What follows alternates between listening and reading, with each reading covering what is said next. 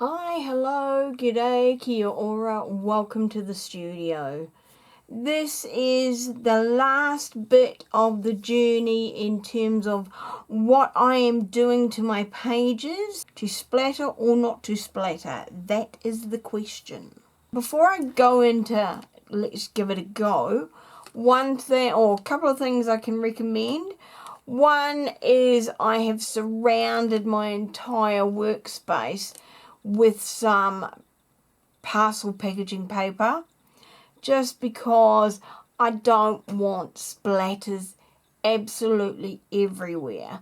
I'm probably still going to end up with some on my light and hopefully not my camera lens. But if it happens, it happens. I've definitely got gold splatters over myself. Nothing I can do about that. Other than wear a pair of gloves, and I can't be bothered with that.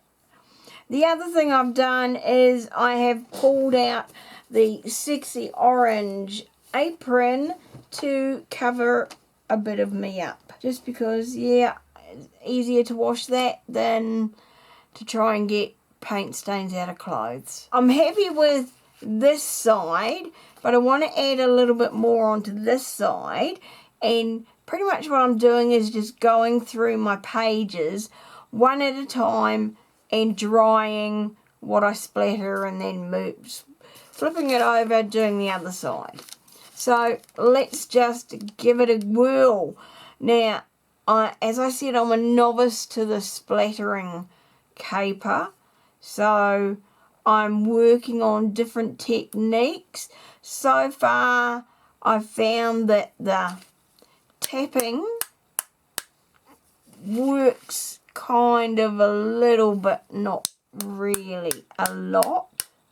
I end up, I don't know whether I haven't got enough paint on the, let's just call it brush, splattery tool thingy. That could be it. But then if I dip it in more, then I know I've got too much for like this technique, which is the flicking technique. One thing I will say is that I am yet to find any way of controlling the direction other than very generally. That could just be my inexperience, shall we say. So I'm happy with what I've got on there now. I'm trying to sort of go around the outside edge of the page, but I forget. So I'm getting gold everywhere. Do I look worried? No, not in the slightest, because gold is pretty. So let's give this a dry and then we'll keep splattering. All art splatters don't need a lot of drying time. Big splatters do need a lot of drying time. So you've got to be very careful with that. And I do recommend that you be patient, as a couple of smears on my paper will testify to. Right, so we're flipping it over. And like this is the back of the page. I don't care that there's nothing on there. We're just going to splatter because we can. So we're going to do the old finger flick. And yes, you do get messy with this.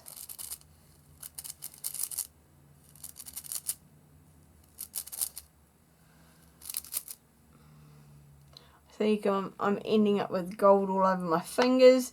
And that's because the paint seems to work its way up the tines, bristles of the splatterer tool thingy. Now you don't need a lot on. I've probably got far too much on there, if you can see it. But hey, my papers, if I want lots of gold, I'll have lots of gold. Now the gold that I'm using is I use some golden artist colour, And this is the Iridescent Bright Gold Fine. Number 4012-2, Series 7.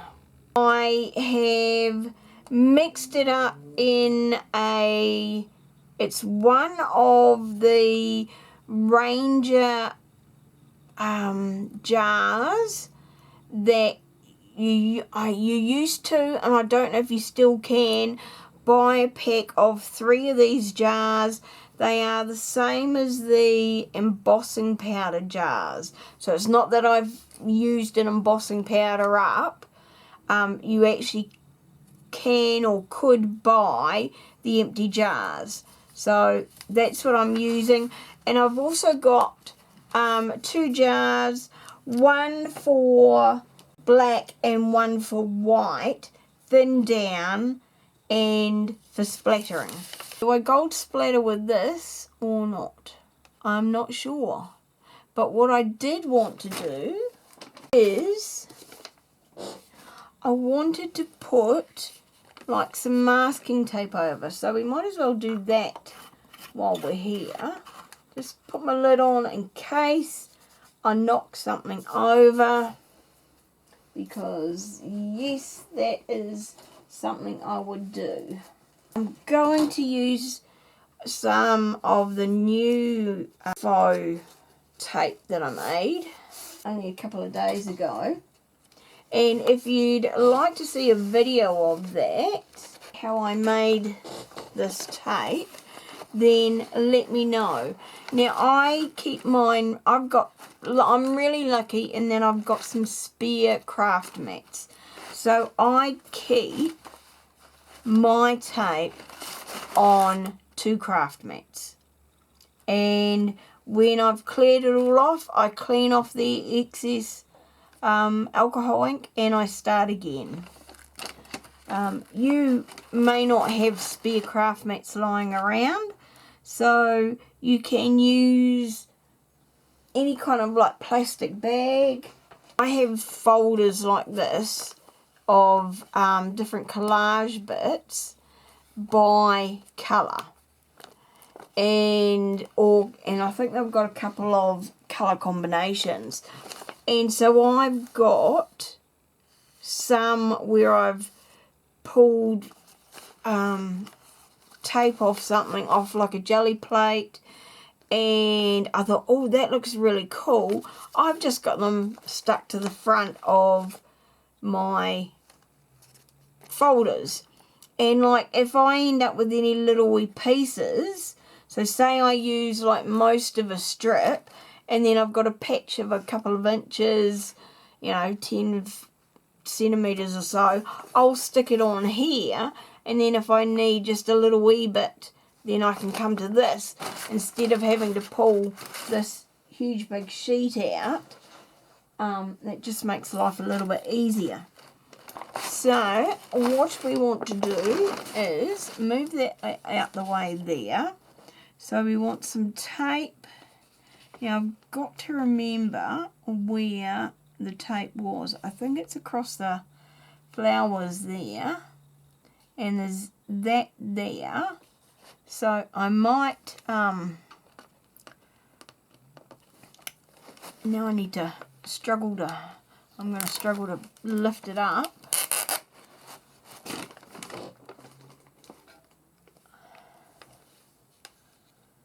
So how much do we need for that bit?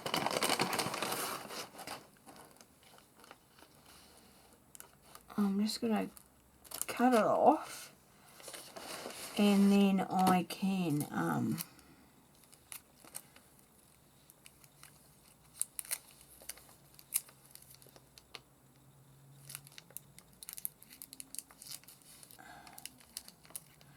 kind of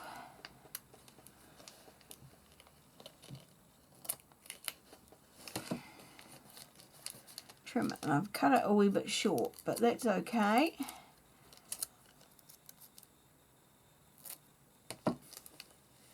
I'm just going to put that over the top.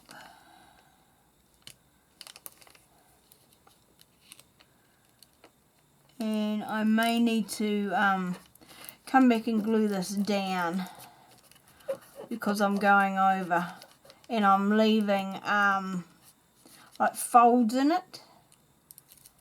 So I've got a little bit there that can go on there for now. And then, now that's quite a dark, but I do have some darker tape. So I might try a piece of that. If I can get it lifted up.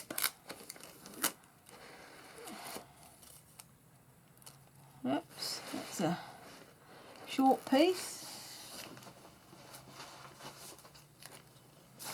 Unexpected, so you can go on to there. Yep, that does look nice.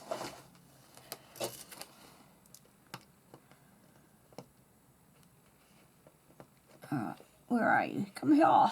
Come here. Alright. Ooh, interesting. I haven't picked up a whole bit. Nice. That is unexpected.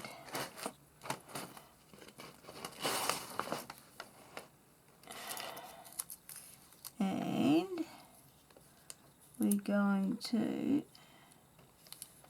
stick that over the top and trim there. Perfect. That really just does add a little bit. I can't believe it's finally here. There has been so much heart and soul gone into these pages. I absolutely adore all of them. Even the one or two epic fails that I had along the way, I wouldn't have them any other way. So I'm just going to start off the process and then we are going to sew the journal together. So my folding technique is normally to do pages one at a time, and this is no exception. So not much more I can tell you about it. I mean, it's folding paper, really.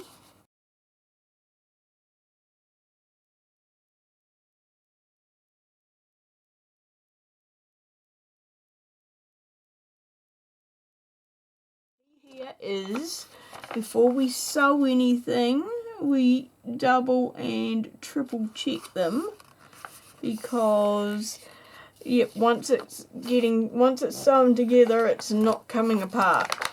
Okay, everything's all folded, so it's time to put the signatures together.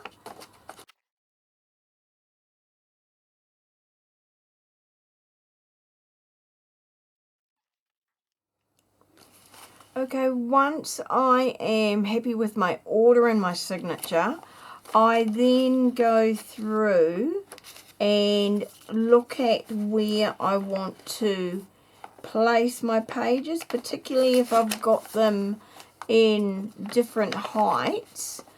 I generally try to place them so that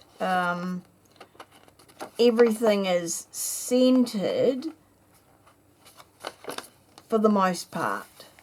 Like this one in particular, I will make sure is centered, but to be honest, it's going to cause me a wee bit of a problem, because I then normally put these large paper clips over and I like to do it over the front and back, top and bottom of each signature. So that's okay. And like I bend it while I'm doing this so that I am getting all of these pages as tightly packed in the center as possible. Now, I'm going to have to grab another couple of these. Maybe one more. Because this one here, because it is too short top and bottom, I'm going to have to hold it in place from the ends, and that's not something I like to normally do, but in this instance I will, but I'll not put the paper clips in tightly on either end so that I've still got, you know, some movement and it can close okay.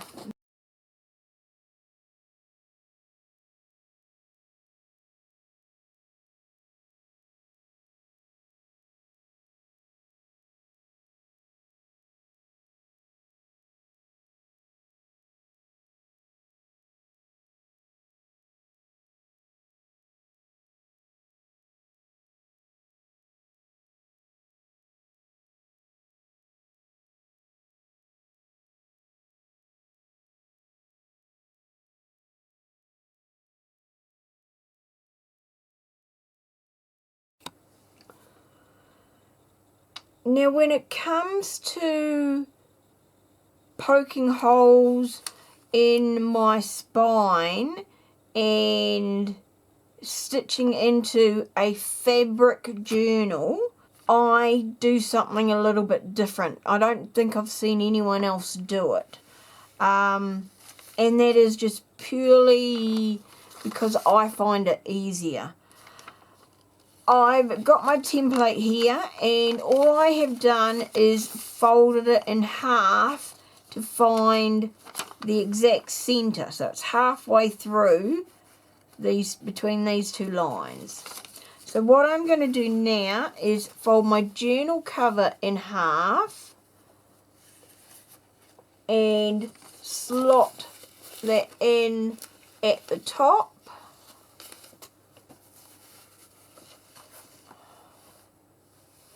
And then do the same at the bottom. And I mean, if you're struggling to keep it together, what we might do is just paper clip it together, paper clip the edge together, so that we can work out where they should be. So now we are just using our finger, and we want to find the center and the top and the bottom, and it's paper bag in there and fabric, so it's pretty flexible. And we're just going to push that paper, and we want the center of the paper in the journal. We're then going to paper clip the template onto the fabric, top and bottom of the journal. Again, push it in, make sure it's right in the center where that center of the journal is. The template should be pushed hard into the center of your journal. So now we can take these paper clips off, and if we carefully open that out, that should be in place. So we're going to just check, because I think it moved a smidge there when we opened it out. So I want to make sure, so that's there, and there's the center. Yep, that's looking pretty good. It is moving a fraction, but no, I'm happy with that. So now, because we drew the top and bottom of, or cut the paper at the top and bottom of the journal, to line up with the top and bottom of the journal, we don't need to worry about, you know, centering the template on the fabric. So because it matches up, so we're done. So what we need to do now is simply go and poke our holes through our spine at each of these connector points. So again, you want to make sure that you are upright and exactly in these points. So that's 3. And now I'm going to do like the top ones.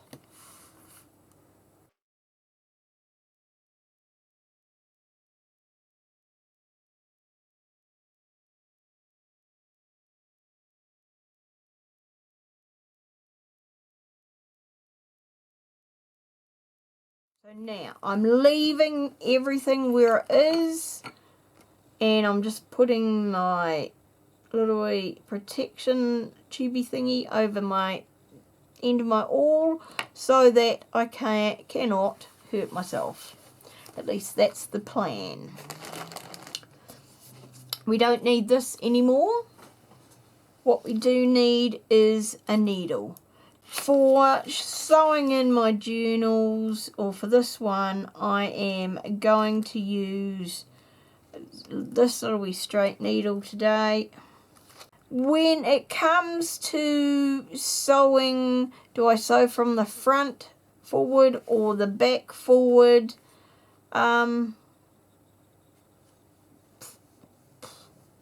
Whichever is your preference. I guess I tend to sew from the front first. It just tends to be the way I sew. Getting my first signature, I got that ready. What I need now is my thread, and that needs to be 3 times the length, and I just do 3 times the length of the journal. It means I've got a little bit more, or 3.5 times actually. I know I have got more and I will need to cut some off, but I'm okay with that.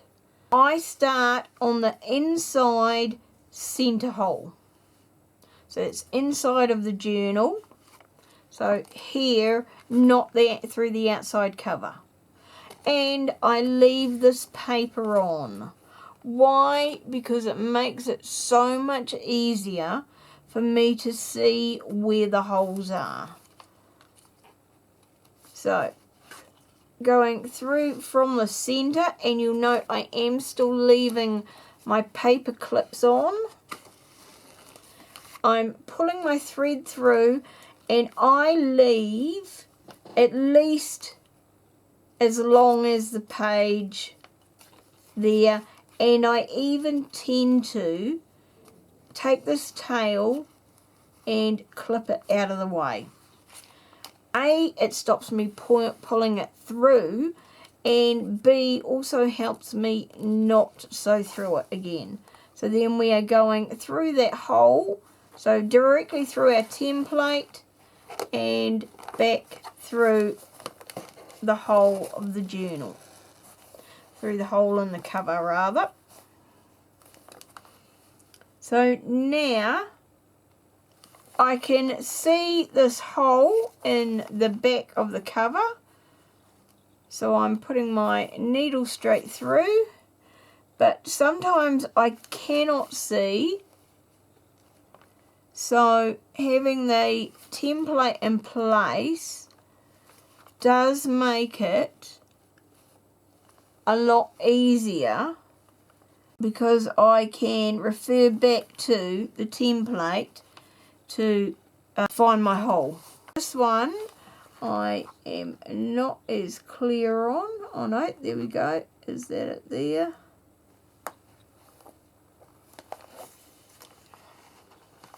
Right, so what I'm going to do is is put my needle through from the inside so I can see where the hole is. Just sort of swirl it around a wee bit and then go back and find that hole that was missing. And there we go. Now I am back to the center, so I will take my thread out from underneath there, and then I'm going to pull this to make sure that everything is as tight as possible.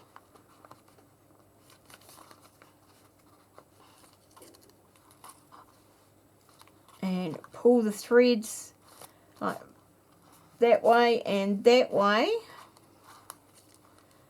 And I still have my needle threaded. I'm just going to check, yep, that's fine there. Got no baggy bits on either side. So now I'm going to thread my needle underneath that first stitch and bring it back, and then I can remove the needle and tie my knot. And I do a double knot.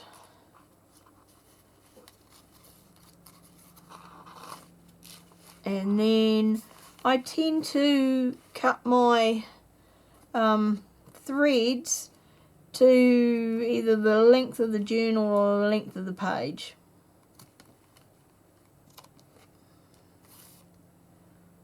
And so I've probably only needed 3 lengths, but I'm okay with that little bit extra.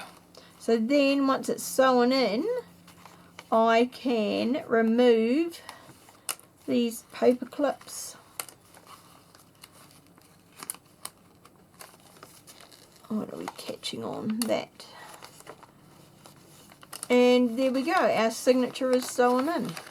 So I will sew the other 3 signatures in and then show you how I remove this template. Okay, so all 4 signatures are now all sewn in, and I'm sure that some of you out there are going, Paula, rookie mistake, you have got your template sewn into your journal. Well, no, my friends. You see, what happens is we take our template and we pull it out, tear off the front and tear off the back, well, back and front I should say, and then you go in between the signatures and continue to tear out the paper. It doesn't matter how many pieces it ends up in, because it's not a big deal. It has fulfilled its mission in life, and now it can go to the big old paper scrap in the sky.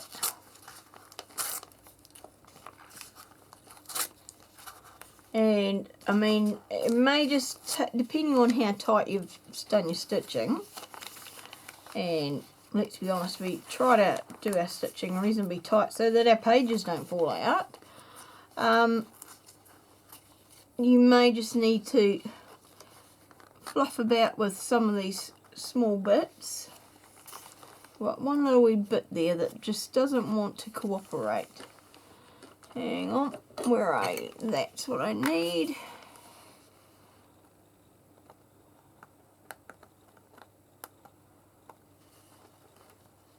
Alright, there we go. And voila! Our template has been removed. And my stitching job was so much easier. In fact, as soon as I turned the camera off, as always happens, the needle continuously went straight through the hole. No problem with splitting of the thread or anything like that at all. So there we go, there is our spine. Hopefully you can see that. Already, without me having put any ephemera in there at all, she is looking pretty chunky. But I don't mind in the slightest.